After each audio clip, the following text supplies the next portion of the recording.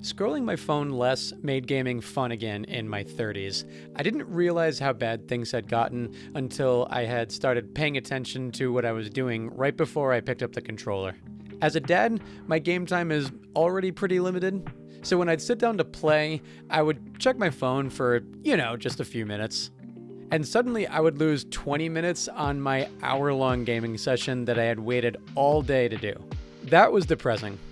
After a while, I started wondering, maybe gaming just isn't the same anymore?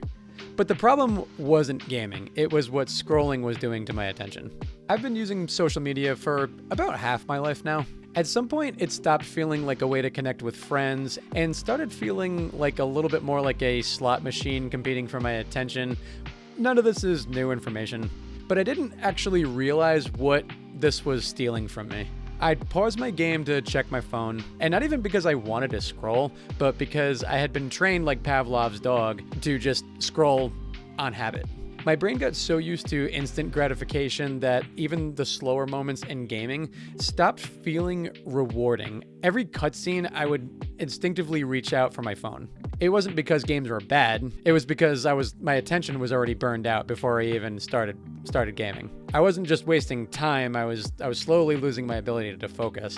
I'd bounce between apps like I'd bounce between games, and nothing really could hold my attention for long. And that irritated me when I started to think about it because I just spent hundreds of dollars on games that I would just go ankle deep in and then just quit. So I realized if I wanted gaming to feel fun again, I would need to protect my attention. So to do that, I needed two things. I needed defense and I needed offense. The defensive strategy was obvious, but the offensive strategy was something that I didn't expect to work. The first thing I tried was limiting my scrolling. I gave myself 30 minutes of whatever scrolling I could fit into that time period. Quitting cold turkey doesn't typically work for me.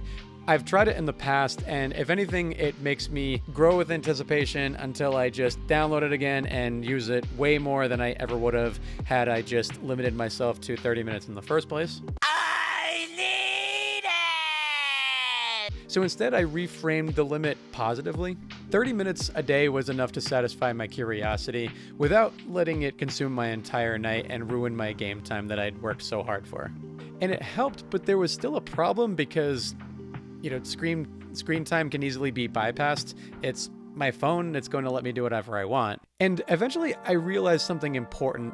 My willpower is only going to last so long. So I can't just remove scrolling. I need to replace it with something even more enticing, which is where my offensive strategy came in. The thing that helped me with offense wasn't a productivity app, it wasn't deleting social media, it wasn't a dopamine detox, it was reading. And I never thought I would be a Kindle person because I feel the same way about buying digital books as I do about digital games.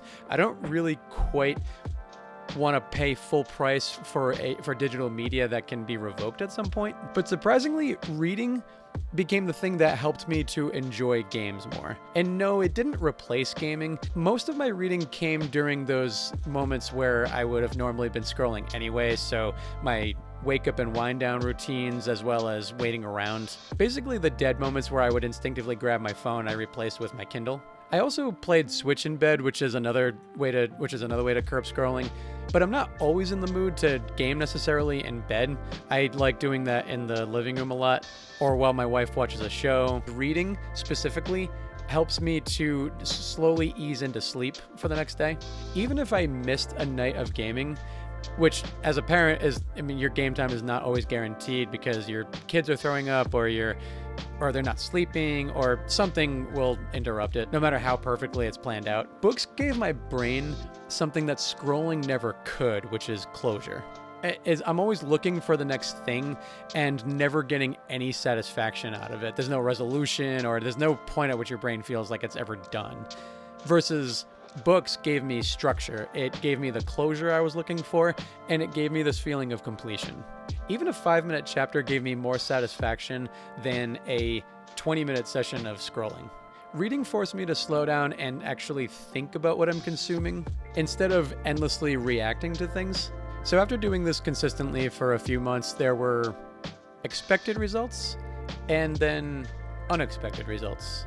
My defensive strategy of limiting my screen time worked in quite the way you would think. I would think, do I actually want to scroll right now, or do I want to save this scrolling time for later in the day and not run out of scrolling time at 1 o'clock in the afternoon?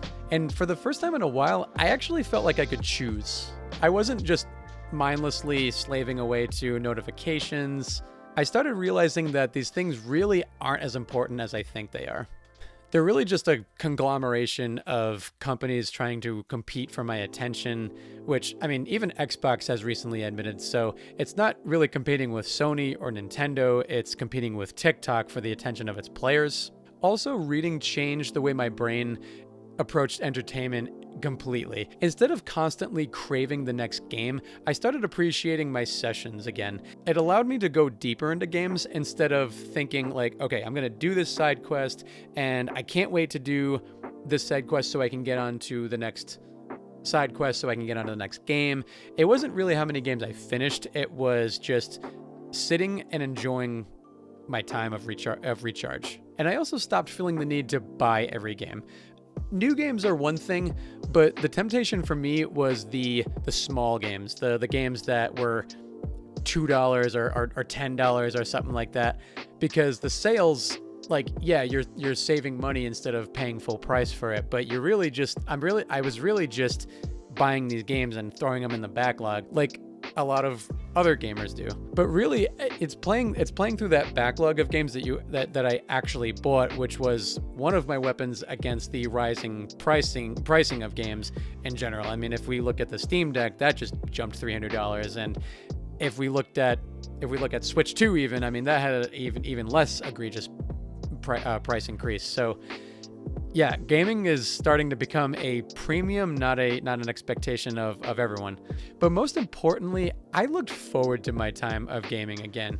Instead of reaching for my phone, I was thinking about the next banana, and I was going to get in Donkey Kong Bonanza, or the next environment I was going to blow up in Gears of War, or the next morally questionable decision I was going to make in Cyberpunk. That feeling right there, I genuinely thought I had lost it because adult life, but it turns out I really just needed to protect my attention. The biggest surprise I found wasn't even just making games fun again. It was how enjoying games affected other areas of my life. Gaming is my recharge time.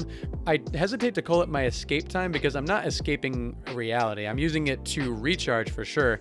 In enjoying games, I felt satisfied and I could sleep better and wake up more refreshed.